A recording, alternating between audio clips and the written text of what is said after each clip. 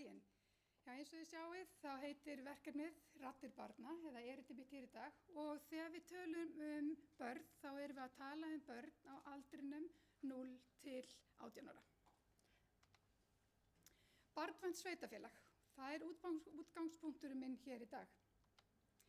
Akureyrarbær varð eins og áður hefur komið fram fyrsta barnvæna sveitafélagi á Akureyri og hlaut þá viðurkenningu 27. maí árið 2020. Sem var mikill heiður fyrir sveitafélagið. Akureyrarbær sem sagt fyrsta íslenska sveitafélagið til að innleiða barnasáttmálann í allt sitt stjórnkerfi. Og í dag eru 10 önnur sveitafélög að vinna að sömu markmiðum. Þannig að við bíðum spennt eftir framhaldinu og eins og áður hefur komið fram að þá stefnan á að öll sveitafélög á Íslandi verði barnvæn. Þegar unnið að innleiðingum þá sett á stað aðgerðaáætlun sem bærinn þarf að fylgja.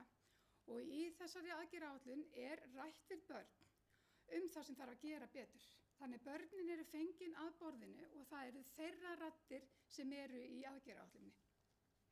Svo það Barnaréttindanefnd Sameinuðu þjóðanna sem staðsett í Genf, sem með eftirlit með aðildarríkjunum og það þarf að skila inn skýrslu á 5 ára fresti. Ef við förum aðeins út í barnasáttmálann, þá var hann samþykktur á allsherjarþingi Sameinuðu þjóðanna 20. nóvember 1989, þannig hann rúmlega 30 ára. Þetta útbreiddasti mannréttindasáttmáli í heimi. Ísland fullgilti þennan samning árið 1992 og Íslenska ríkið staðfesti hann árið 2013. Hann lög á Íslandi og fjalla réttindi barna. Og þegar við tölum réttindi barna, þá erum við að tala réttindi allra barna á Íslandi, réttindi sem þau fá öðlast við fæðingu og geta aldrei mist. Börn hafa líka ábyrgð sem eykst með aldrinum, en börn hafa enga skyldur. Börn fá þetta við fæðingu og geta aldrei mist þau alveg nákvæmlega sama hvaða mistök þau gera í sínu lífi. En grunnþættir barnvænna sveitafélaga eru 5. Og fyrstur þekking á réttindum barna og barnasáttmálinn leggur ríka skyldu á opinbera aðila að fræða fullorðna og börn þau réttindi sem í sáttmálanum með virkum og markvissum hætti. Þau sveitafélög sem vinna að innleiðingu barnasáttmálans þurfa því að vinna markvisst að því að efla þekkingu á réttindum barna innan sveitafélagsins og gæta þess að þau séu virt. Annar grunnþátturinn það sem barninu fyrir bestu. Þetta ein af grundvallarforsendum barnasáttmálans. Og þar skal hafa í forgangi að þær ákvarðanir sem eru teknar séu ávallt barninu fyrir bestu. Af þessari forsendu leiðir meðal annars að hagsmunir barna eiga að vera hafðir að leiðarljósi í allri starfsemi barnvænna sveitafélaga. Grunnþáttur 3 jafnræði, að horft sér til réttinda allra barna. Bann við mismunun einn af 4 grundvallarforsendum barnasáttmála Sameinuðu þjóðanna. Samkvæmt sáttmálanum eiga öll börn að njóta sömu réttinda án tillits til kynþáttar, kynferðis, trúar, ætternis, fötlunar, félagslegrar stöðu eða annarra aðstæðna. Þessi forsenda grunnstef í hugmyndafræði barnvænna sveitafélaga. 4. grunnþátturinn þátttaka barna. Ákvörðun að innleiða barnasáttmálann felur í sér viðurkenningu á að þekking og reynsla barna sé verðmæt fyrir sveitafélagin. Barnvæn sveitafélög vinna því að efla þátttöku barna og ungmenna í samfélaginu og leita eftir og nýta sér reynslu og viðhorf þeirra til þess að bæta þjónustu sem ætluð þeim. 5. þátturinn svo barnvæn nálgun. Því til þess að sveitafélag sé barnvænt ekki nóg að stefnur, reglur og ákvarðanir taki mið af barnasáttmálanum, því tryggja þarf að umhverfi, viðhorf, stjórnsýsla og þjónusta sé barnvæn og taki mið af þörfum og hagsmunum allra barna. Barnvæn sveitafélög. Hugsjón barnaverndarsveitarfélaga er að öll börn njóti æskunnar, réttinda og jafnræðis. Réttur einstaklingsins til þess að vera mikils metinn og koma sér fram við af virðingu. Réttur einstaklings á að rödd hans fái að heyrast. Réttur á félagslegri þjónustu. Réttur á öryggi og réttur á fjölskyldu, leik og tómstundum. En hvernig virkar barnasáttmálinn í barnvænu sveitarfélagi? Starfsfólk og börn þurfa eins og áður sagði að þekkja réttindin og geta sett þau í samhengi við daglegt líf. Því ef við getum ekki tvinnaðan inn í daglegt líf hjá börnum og starfsfólki sem að kemur að þeirri starfsemi bara í grunnskólum, öllum íþróttamannvirkjum, tómstundum og öll þeirri starfsemi sem að lúta að börnum, ef að starfsemin er ekki innleidd þar líka, þá þetta tvennt verður að tala saman. Starfið ætti að vera drifið áfram með lýðræðislegum hætti og miða að því að auka ábyrgð og áhuga barna á að vera þátttakendur í samfélaginu. Þannig að það er okkar ábyrgð líka að kenna þeim að taka þátt, að valdefla þau og gera þau sterkari einstaklinga til þess að geta tekið þátt í samfélaginu, í sínu sveitarfélagi. En það eru alltaf hinir fullorðnir sem eru ábyrgir fyrir að virða og uppfylla þarfir hvers og eins barns. Þannig að það er alltaf við, fullorðna fólkið, sem berum alla ábyrgðina. Barnasveitarfélög, þau gera barnasáttmálann að rauðum þræði í allri sinni starfsemi. Þau viðurkenna að í röddum og viðhorfum og reynslu barna og ungmenna felast mikil verðmæti. Eiga markvisst samráð við börn og ungmenni og nýta raddir þeirra til að bæta þjónustu sveitarfélagsins. Og svo er það aðalatriðið að við fullorðna fólkið, að við setjum upp barnaréttindagleraugun og rýna og skoða verk og ákvarðanaferla með hliðsjón af barnasáttmálanum. Því eins og ég viti þá sjá þau hlutina með öðrum augum heldur en við. Þannig að fá þau að borðinu í samtalið þegar verið að taka ákvarðanir, skoða nýja hluti eða leiðir er mjög mikilvægt. En Akureyri var sem sagt barnvænt sveitarfélag og það gerist ekki bara einhvern megin, það á sér stað svokallað innleiðingarferli og það lítur svona út.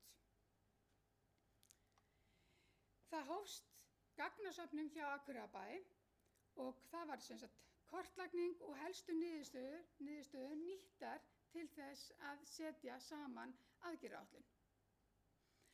Og það sem var svona helst notað var stórþing barna, það er haldið annað hvert ár hjá Akureyrarbæ.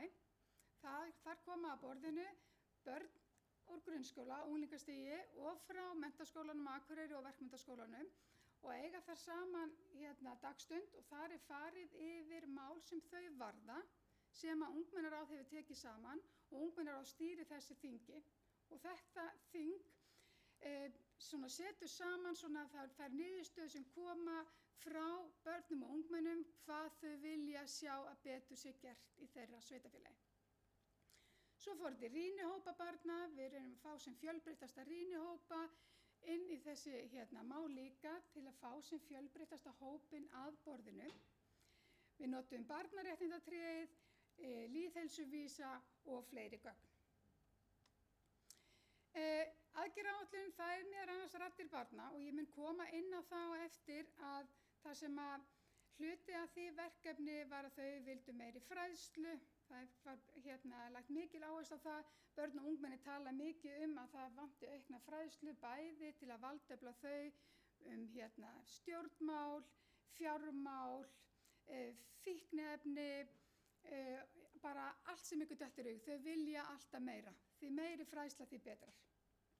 Það kom líka fram sem ég mun fara betur í á eftir að þau kölluðu eftir því að geta tilkynnt sjálf til barnaverndar. Og það er vinna sem Akureyrarbær hefur farið í, þannig ég kem inn á það í lokin. Svo er það samgöngumál, að börn og ungmenni hafa komið að borðinu í samgöngumálum hjá Akureyrarbæ, bæði varðandi nýtt strætókerfi eða strætóleiðarnet og einnig með snjómoksturinn. Svo er það geðheilbrigðismál ungmenna. Þau leggja mikla áherslu á það að hafa milligöngulaust aðgengi að geðheilbrigðis starfsfólki, sálfræðingum og geðlæknum. Og það þýðir sem sagt að þau vilja geta sjálf, alveg svo þau geta fara á heilsugæslustöðina og fengi viðtal við hjúkrunarfræðing, þá vilja þau einnig fá aðgengi að sálfræðingum og geðlæknum án þess að fara í gegnum skólan eða í gegnum foreldra. Svo er það ungmennaráð. Ungmennaráð Akureyrar er eins og öll önnur ráð á Akureyri, funda reglulega, fá greitt fyrir sína setu og inn á borð þeirra koma öll mál sem varðar þau og þeirra hagsmuni. Þannig að það eru ýmsu mál sem koma inn til ungmennaráðs og ungmennaráð eru talsmenn barna og ungmenna á Akureyri. Svo er það skóla- og nemendaráðin og þar er í aðgerðaáætlun að við viljum tengja skóla- og nemendaráðin betur inn í ungmennaráðið okkar og ná góðu samtali við nemenda- og skólaráðin í öllum grunnskólum á Akureyri og framhaldsskólunum sitja nemendur í skólaráði og eiga að vera starf á hverjum stað á einnig að vera nemendaráð sem það er og í aðgerðaáætlunni viljum við auka samstarfi við þennan hóp. Stjórnsýslan er einmitt að bæta líka að innleiða, eins og ég sagði áðan, innleiða barnasáttmálann í alla stjórnsýsluna og fræðslan eins og ég talaði áðan og í aðgerðaáætlunni var verkefnastjóri Barnvæns sveitarfélags og svo réttindaskóli og réttindafrístund UNICEF sem ég fer aðeins betur í hér á eftir. Réttindaskóli og réttindafrístund. Markmið réttindaskóla og réttindafrístunda UNICEF er að byggja upp lýðræðislegt náms- og frístundaumhverfi með því að rækta með markvissum hætti þekkingu, leikni og viðhorf sem styrkja getu barna til að temja sér, gagnrýna hugsun, vera virkari og hæfari þátttakendur í nútíma samfélagi. Og á Akureyri voru 2 grunnskólar sem fóru á stað í þessa vegferð og Naustaskóli er búinn að fá sína viðurkenningu og er því þess vegna réttindaskóli. Giljaskóli fyrirgefið. Naustaskóli er að vinna að þessari vegferð og stefna Akureyrarbæjar er að allir grunnskólarnir á Akureyri verði réttindaskólar. Talandi áðan raddir barna og ósk þeirra að geta leita sjálf eftir aðstoð fyrir sjálfan sig eða fyrir aðra ef þau hafa áhyggjur af öðrum börnum eða sjálfum sér. Þá var komið inn í aðgerðaáætlun svokallaður tilkynningarhnappur. En tilkynningarskyldan og barnavernd, ég ætla aðeins að fara í það, að það sem á að tilkynna til barnaverndar er vanræksla, líkamlegt ofbeldi, andlegt ofbeldi, heimilisofbeldi og kynferðislegt ofbeldi. Og það er mjög mikilvægt að hafa það í huga að flengingar eru ofbeldi. Tilkynningar til barnaverndar. Í barnaverndarlögum kemur fram að öllum sé skylt að hafa samband við barnaverndarnefnd ef þeir vita að það sé verið að koma illa fram við barn eða aðstæður á heimili barns séu þannig að þær geti verið hættulegar fyrir barnið. Þeir sem vinna með börnum, hvort sem það eru skólar, leikskólar, grunnskólar, framhaldsskólar, íþróttafélögin, allir sem vinna með börnum hafa sérstaklega ríkar skyldur til þess að láta barnavernd vita ef ástæði til að hafa áhyggjur á barni. Og við skulum ætíð muna að barnið á alltaf að njóta vafans. Og við þurfum ekki fullorðna fólkið að leggjast í einhverja rannsóknarvinnu ef við höfum einhverja tilfinningu fyrir að hlutin sé ekki eins og eigi að vera. Það er hlutverk barnaverndar.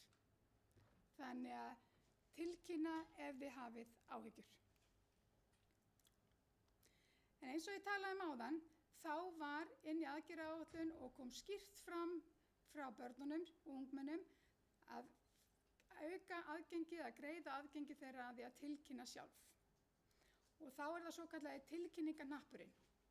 En á heimasíðu Akureyrarbæjar er kominn svokallaði tilkynningarhnappur fyrir börn, þar sem þau geta farið inn á forsíðu Akureyrarbæjar, smellt þar á barnavernd og þá fara þau inn á síðu og finna þennan hnapp, barnaverndarhnappinn.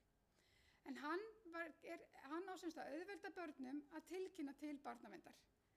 Hnappurinn, hann opnar aðgang á síðu þar sem að börn geta lýst líðan sinni, áhyggjum og aðstæðum og óska eftir aðstoð frá barnavernd fyrir sjálfa sig eða önnur börn.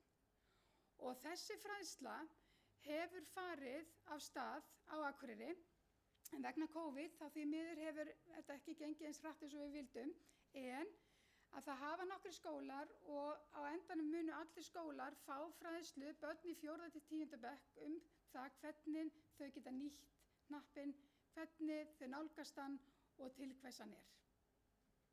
Þannig að þá fá þau fræðslu ofbeldi og náttúrulega barnasáttmálann líka sem þau hafa líka hlut til fengið.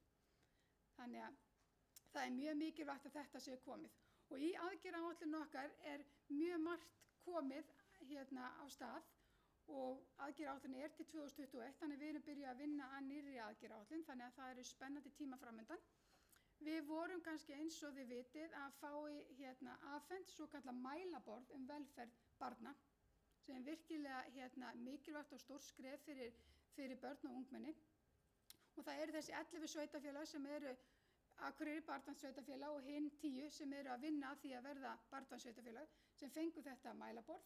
Þannig að við sem erum í þessari vinnu, við erum að safna saman gögnum og fylla inn í mælaborði upplýsingar frá rannsóknargreiningu, skólavoginni, embætti landlæknis og fleira líðan og allt sem og hagsmuni barna, með hagsmuni barna í fyrirrúmi. Þannig að þetta er verið að safna þessu saman á eitt stað sem er mjög mikilvægt og mjög gott. Já, takk fyrir mig. Ef það eru einhverjar spurningar þá hef ég nokkrar mínútur. Það er engar spurningar á netinu, en það er ein sem að mig langar að spyrja þig.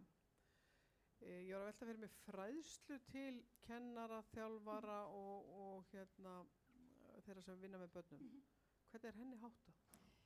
Það er hluti af verkefninu og eins og við erum búin að gera hjá Akureyrarbæ, þá í innleiðingu uppbyggingarferlinu þá fer fræðsla fram, leið á verkefni fer á stað innleiðingarverkefnið. Og svo er það okkar að halda því áfram og við erum búin að fara með allt starfsfólk, almennt starfsfólk grunnskólana, fékk fræðslu núna í síðastliðið haust og allir grunnskólakennarar eiga að fá fræðslu og flestir búnir að fá fræðslu, sama með börnin, að þau eiga líka að fá fræðslu inn í grunnskólanum og hafa mörg hver fengið. Allir starfsmenn allra íþróttamannvirkjanna á Akureyri eru búin að fá fræðslu barnasáttmálann og barnaverndarsveitarfélag og svo stefnum við að því núna að fara í gegnum IBA með fræðslu fyrir alla þjálfara og starfsmenn íþróttafélagana.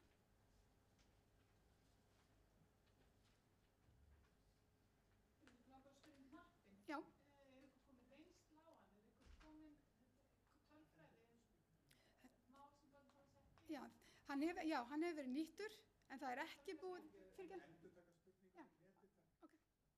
Í mikrofónu. Það er kannski ágætt að Hrafnhildur gera það, ekki? Já, það sem er spurning komin úr salnum, það sem spurt er hvort að tilkynningarhnappur undir barnaverndar hafi skilað fleiri tilkynningum og hvort hann sé nýttur yfir höfuð.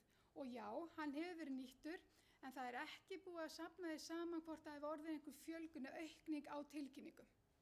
Og þannig að hann hefur verið nýttur og við höfum líka verið spurð, haldið þið fáið ekki einhverju bara svona kjánalegar ábendingur og einhverju bulli að bara fíblast, en það er ekki þannig. Og það kemur örugglega ein og ein svoleiðis, en það er líka bara eins og að hringdi 112 og í svona fíblagangi. Það er algjör undantekning og allt í góðu, sko. En það er ekki hægt að segja í dag hvort það hafi orðið aukning, en það hann er í notkun, já, hann er nýttur, já.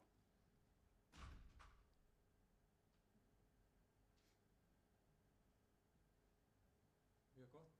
Já, takk fyrir. Þökkum við Hrafnhildi Guðjónsdóttur kærlega fyrir.